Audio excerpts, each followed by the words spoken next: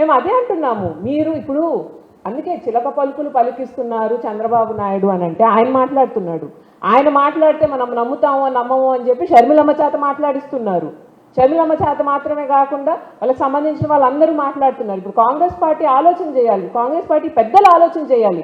షర్మిలమ్మ personal agenda కోసం చంద్రబాబు నాయుడు జెండాని మోసుకొని తిరుగుతుంటే కాంగ్రెస్ బీజేపీ వ్యతిరేకం అన్నట్ట, కలిసిపోయినట్ట. పైనుండే హైకమాండ్కి కూడా కనీసం కాంగ్రెస్ సీనియర్లైనా ఈ విషయాన్ని చెప్పాలి కదా.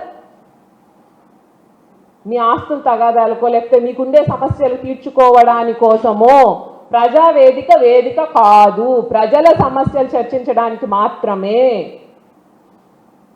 చంద్రబాబు నాయుడికి ఉండేటువంటి అలవాటే ఇది. వెన్నుపోట్లు పడవడం, వెనకాల మాట్లాడడం, కుటుంబాల్లో కలహాలు తేడం. అదే ఆలోచనలో ఈరోజు కూడా ఇంతటి హై డ్రామా నడిపిస్తున్నారు. ఈరోజు ఆ క్వశ్చన్ అనేటువంటిది అసలు రాకూడదు.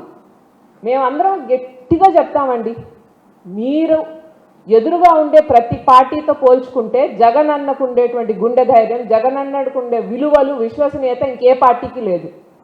3 పార్టీలు కలగలిపి వచ్చినటువంటి వ్యక్తికి విలువలు విశ్వసనీయత ఉన్నట్ట, లేకపోతే కేవలం ఒకే పార్టీ మా నాన్నగారు కోరికని నిజం చేయడానికి ప్రయత్నించేటువంటి వ్యక్తికి విశ్వసనీయత ఉన్నట్ట?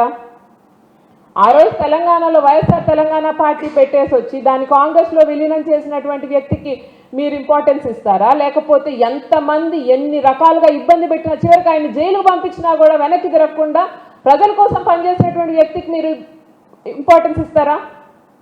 షర్మిలమ్మ మాట్లాడేది కరెక్ట్ కాదు. ఈరోజు ఇప్పుడు మీకు ఏదైనా సమస్యలు ఉన్నాయి అని అంటే మీరు డిస్కస్ చేసుకోవాలి. ఈరోజు బయటకు వచ్చి మా జగనన్నని మాట్లాడితే నేను ఒక్కటే మాట చెప్తాను. ఈరోజు అష్టైశ్వర్యాలు, హోదా, పదవి అన్నీ ఒక పక్క పెట్టి మా జగనన్నను ఒక్కడిని ఒక పక్క పెడితే మేము మహిళలు అందరం కూడా మా జగనన్న కావాలంట. ఎందుకంటే ఐశ్వర్యం తరిగిపోద్ది, హోదా పదవి కాలంతో పాటు వెళ్ళిపోతాయి, డబ్బు చంచలం, ఏ రోజు ఎవరి చేతిలో ఉండదు.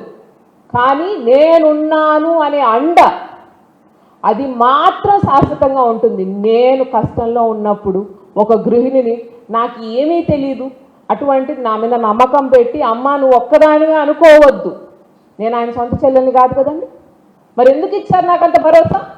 ఎందుకు నిలబడ్డారు మా వెనకాల? నిలబడలేదు. నిలబడినా గోవర్ధన్ రెడ్డి గారు వేరే పార్టీకి వెళ్లకుండా ఉండరు, నిలబడకపోయినా వేరే పార్టీకి వెళ్లకుండా ఉండరు. ఏదైనా కానీ అది సొంత డెసిషన్ కదా. మా నాన్న ఎప్పటికీ వైఎస్ఆర్సీపీలోనే ఉంటారనేది తెలుసుకోలేని వాళ్ళు ఎవ్వరు లేరు ఇక్కడ. మరి ఎందుకు వచ్చి నిలబడ్డాడు అంటే మహిళలకు కానీ ప్రజలకు కానీ ఆయన పనిచేసే వాళ్ళకి కానీ ఆయన ఇచ్చే ఇంపార్టెన్స్.